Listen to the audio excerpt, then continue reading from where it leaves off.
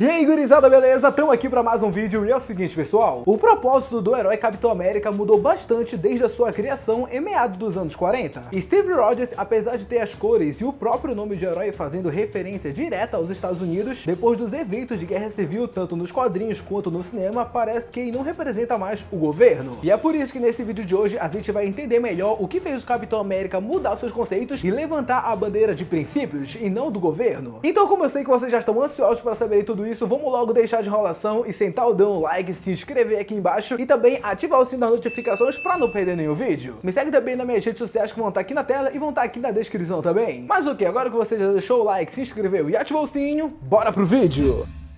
Pra gente entender melhor o personagem Capitão América, a gente vai precisar voltar no tempo, então vá logo separando o seu uniforme de reino quântico. O ano é 1940, Adolf Hitler está começando a incomodar o mundo e invadir países, o que leva ao início da Segunda Guerra Mundial. E apesar dos Estados Unidos ainda não entrar em guerra naquele momento, o país noticiava muita coisa sobre o Estado nazista e Adolf Hitler, o que levava a população a sentir várias emoções, incluindo o medo e até mesmo o ódio. E foi aí então que uma produtora pequena de quadrinhos resolveu criar um personagem que fosse capaz de representar as emoções da população estadunidense, que numa linguagem meio direta era socar a cara do Adolf Hitler. E foi aí então que essa empresa pequena, anos depois, acabou mudando de nome e se chamando Marvel, e foi ela que criou o Capitão América, que inclusive teve em seus primeiros quadrinhos a imagem que todo mundo queria ver, que era o Capitão América socando a cara do Hitler. Aí um fato interessante da gente contar aqui pra vocês é que no início da criação do Capitão América, ele não se chamaria Capitão América, e sim super americano. Só que devido já existir milhares de super-heróis com a palavra super no nome, eles resolveram trocar, e ainda bem que eles fizeram isso, não é mesmo? Só que como eu tava dizendo, não demorou muito para eles mudarem pro nome Capitão América, um herói criado com claros desejos políticos. E foi assim que os quadrinhos do Capitão América foi um grande sucesso, vendendo quase 1 milhão de cópias e trazendo ainda mais para o mundo dos super-heróis a necessidade da criação de mais heróis patriotas que representassem bem os Estados Unidos. E alguns personagens que representam bem esse patriotismo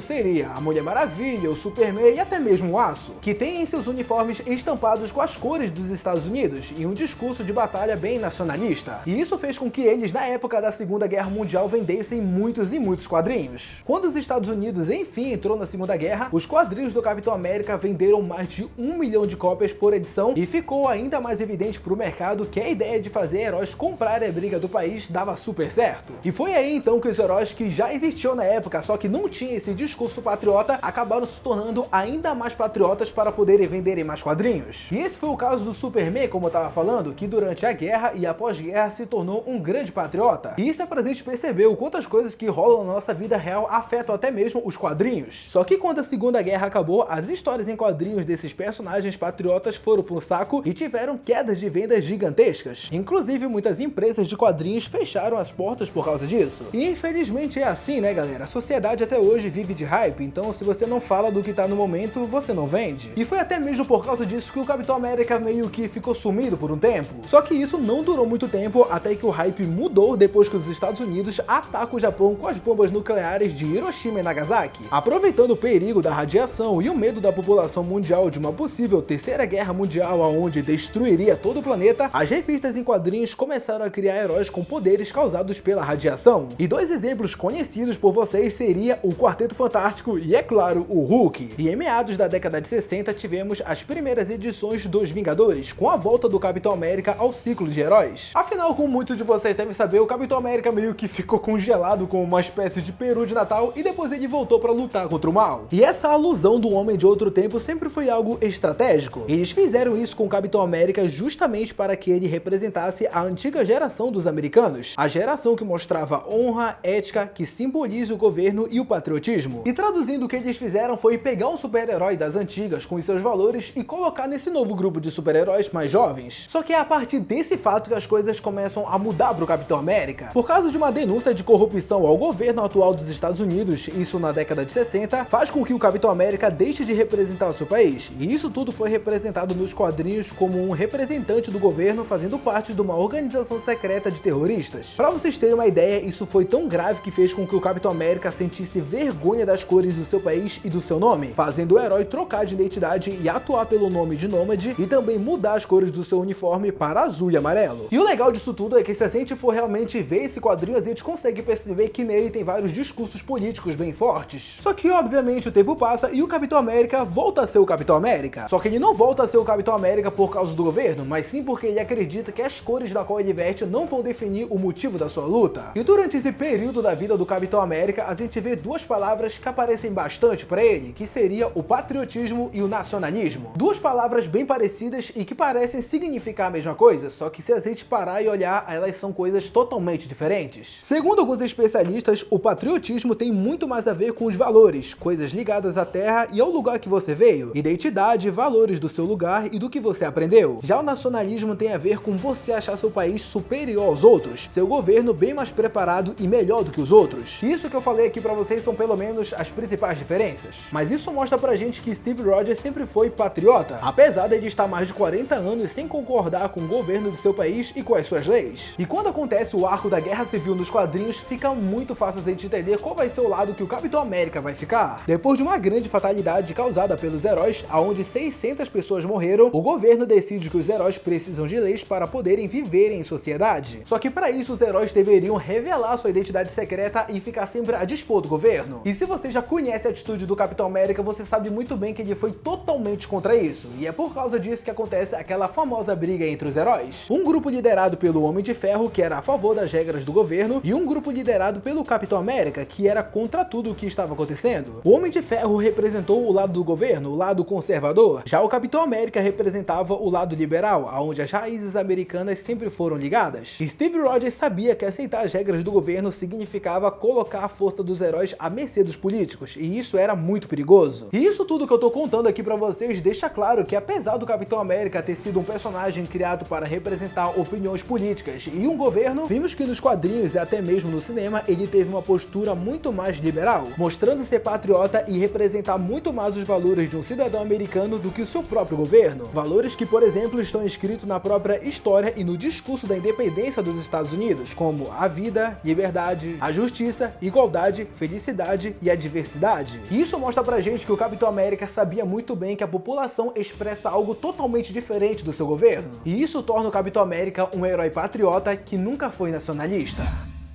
Mas enfim, gurizada, mais um vídeo nosso chegou ao final. Eu espero muito que você tenha curtido esse vídeo de hoje. Se curtiu, deixa seu like, se inscreve no canal e também ativa o sininho das notificações pra sempre ficar ligado quando sair vídeo novo. Ah, e me segue também nas minhas redes sociais que estão aqui na tela e vão estar aqui na descrição também. Só que calma aí, gurizada, antes de vocês saírem do vídeo, eu tenho um negócio diferente pra fazer aqui com vocês. Eu já percebi que tem muita gente querendo receber um salve meu ou até mesmo aparecer aqui no canal. Então foi por isso que eu pensei no seguinte: se por acaso você quer algum salve e quer aparecer aqui no canal, é só você fazer o seguinte: printa a tela desse vídeo ou manda uma foto lá no meu Instagram ou até mesmo no meu Facebook. Se você fizer isso, eu vou mandar um salve pra você no próximo vídeo aqui do canal. Então se você por acaso sempre teve o sonho de aparecer aqui no Nerd Clube Brasil, essa é sua chance, nerd. Mas ok, esse era o vídeo que eu queria passar aqui pra vocês. Muito obrigado a você que assistiu esse vídeo até aqui, um beijo, um abraço e até a próxima. Tchau!